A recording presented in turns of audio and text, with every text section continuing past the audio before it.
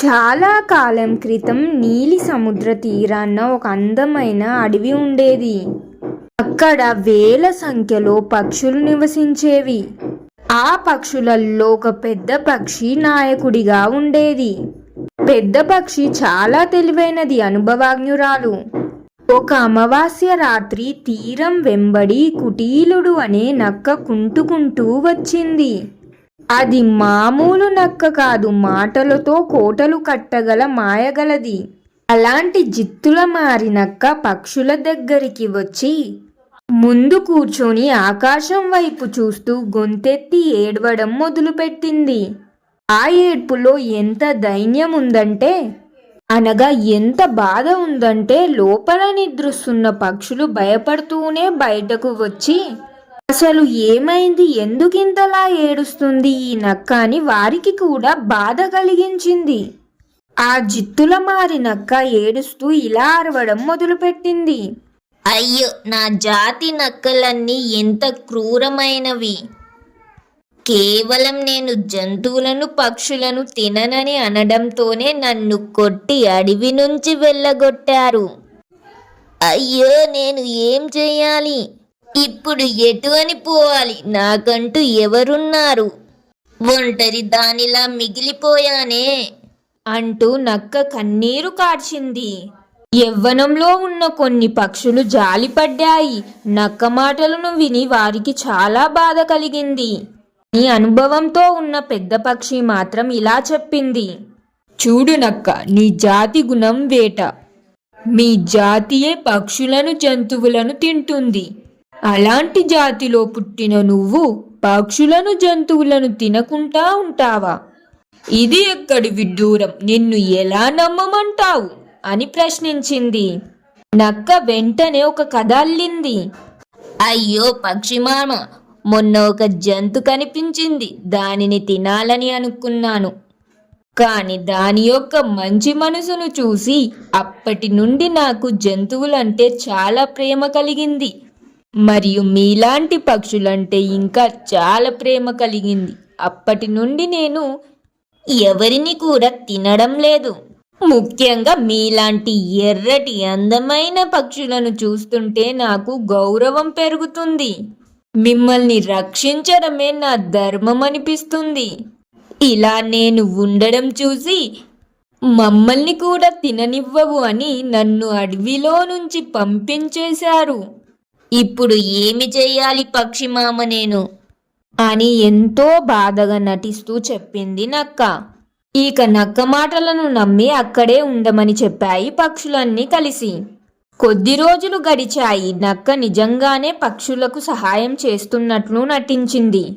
గద్దలు పక్షులను ఎత్తుకుపోతుంటే అరిచి వాటిని భయపెట్టేది. దానితో పక్షులకు ఇంకా నమ్మకం కలిగింది. ఈ నక్క మనకు రక్షకుడు అని తీర్మానించుకున్నాయి. అందులో పెద్ద పక్షి ఎంత హెచ్చరించినా కూడా చిన్న పక్షులు మాత్రం వినలేదు. ఒక రాత్రి ఆకాశంలో నిండు పున్నమి వెలుగులు విరజిమ్ముతున్నాయి. నక్క పక్షులను పిలిచి ఇలా అంది. చూడండి మిత్రుల్లారా, ఈ వెన్నెలలో సముద్రపు అంచున ఉన్న తెల్లటి ఇసుక తిన్నెల మీద ఒక అద్భుతమైన ముత్యాల సరస్సు ఉంది.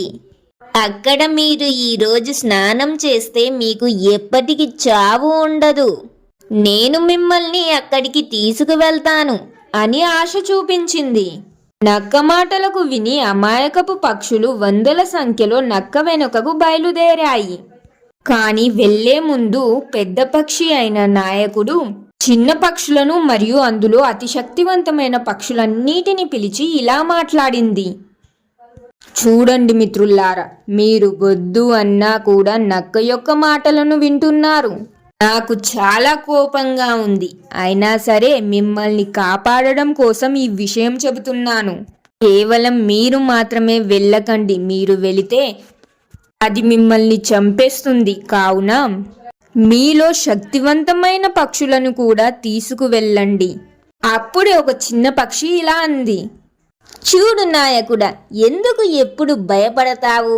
ఆ నక్క చాలా మంచిది, మమ్మల్ని చాలా మంచిగా చూసుకుంటుంది. నువ్వు ఏమి భయపడకు. ఇదిగోండి, ఇదే మీ దుర్మార్గమైన ఆలోచనలను ఆపండి. మీరు నక్కను ఇంత గుడ్డిగా నమ్మకండి. మిమ్మల్ని నక్క మోసం చెయ్యాలని అనుకుంటుంది. ఎంతో అనుభవంతో చెబుతున్నాను. నా మాట విని ఈ శక్తివంతమైన పక్షులను కూడా తీసుకువెళ్ళండి అని అంది పెద్ద పక్షి. దాంతో ఆ చిన్న పక్షులు మాత్రమే వెళ్లకుండా పెద్ద శక్తివంతమైన పక్షులను కూడా తీసుకొని వెళ్ళాయి. వెళ్లే ముందు ఆ శక్తివంతమైన పక్షులతో ఇలా చెప్పింది పెద్ద పక్షి. చూడండి మిత్రుల్లారా, ఈ చిన్న పక్షులను మీకు ఇచ్చి పంపిస్తున్నాను. మీరు ఈ చిన్న పక్షులను జాగ్రత్తగా చూసుకోండి. ఆ నక్క ఏదైనా కపట నాటకం ఆడితే మీ శక్తితోటి మీ బలంతోటి కేకలు వేసి దానిని భయపెట్టి తరిమేయండి. మీ శక్తి ఏమిటో చూపించండి. అప్పుడు ఆ శక్తివంతమైన పక్షులు, అలాగే మహారాజా, మీరు ఏమి భయపడకండి. ఈ చిన్న పక్షులను మేము జాగ్రత్తగా తీసుకుని వస్తాము అని చెప్పి అక్కడి నుండి అన్ని పక్షులు బయలుదేరాయి. అడవి పొలిమేరలో ఉన్న ఒక రాతిగుట్ట దగ్గరకు రాగానే నక్క ఒకసారిగా ఆగింది. తన తోకను పైకెత్తి ఒక వింత ధ్వని సంకేతం చేసింది. వెంటనే పొదల చాటు నుంచి పదుల సంఖ్యలో ఆకలితో ఉన్న నక్కలు బయటకు వచ్చాయి. పక్షులన్నీ భయంతో వణికిపోయాయి. మిత్రమా, కుటీలుడా, ఇదేమిటి అని నక్కని అడిగాయి. నక్క వికటాసం చేస్తూ ఇలా అంది. చూడండి మిత్రమా, ఎవరు ఎవరికి మిత్రులు?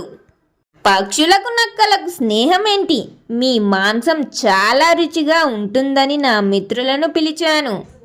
వారు కూడా మిమ్మల్ని కొంచెం తిననివ్వండి. ఈరోజు మేము పండుగ చేసుకుంటాము. ఈ రాత్రి మీ వలన మాకు పండగే పండుగ అని అంది నక్క. నక్కలన్నీ పక్షుల మీద పడబోయాయి. పక్షులన్నీ భయంతో విలవిలలాడుతున్నాయి. కానీ అప్పుడే నాయకురాలైన పెద్ద పక్షి కూడా వారి వెనకే వారికి తెలియకుండా వస్తుంది. నక్కల యొక్క గుణాన్ని ముందే పసిగట్టి శక్తివంతమైన పక్షులతో చాలా పెద్దగా అరవడం మొదలుపెట్టింది. పక్షులన్నీ ఒకసారిగా విడిపోకుండా ఒకదానికొకటి తగిలి గొలుసులాగా ఏర్పడ్డాయి. ఆ పక్షులన్నీ కలిసి నక్కలకు ముక్కుతోని గుచ్చాయి. ఆ భయంతో నక్కలు నొప్పితోటి భయపడుతూ అక్కడి నుండి పారిపోయాయి. నక్కలు పారిపోతుంటే అందులో పెద్ద పక్షి ఇలా అంది. మోసగాడ, మాటలతో గెలిచావు కానీ చేతలతో మమ్మల్ని ఓడించలేవు అని గర్జించింది. నక్కలన్నీ గాయాలతో అడవిలోకి పారిపోయాయి. మళ్ళీ ఇటువైపు ఎప్పుడు కూడా తిరిగి చూడలేదు. చిన్న పక్షులన్నీ పెద్ద పక్షి దగ్గరికి వచ్చి ఇలా అన్నాయి. మమ్మల్ని క్షమించండి మహారాజా, మీరు ఎంత చెప్పినా మీ మాట వినలేదు. ఇప్పటి నుండి మీరు చెప్పిందే చేస్తాము. మీరు ఎప్పుడు మా మంచికే చెబుతారు అని అన్నాయి. అప్పుడు ఆ పెద్ద పక్షి ఇలా అంది. చూడండి చిన్న పక్షుల్లారా, మీ యొక్క రక్షణ కోసం ఎప్పుడు మీ మంచికే చెబుతాను. కాబట్టి నా మాటలను ఎప్పుడు గుర్తుంచుకోండి. శత్రువుల స్వభావం ఎప్పటికి మారదు. తీపి మాటలు చెప్పే దుష్టులను నమ్మడం అంటే మన ప్రాణాలకు మనమే ప్రమాదం తెచ్చుకున్నట్టే.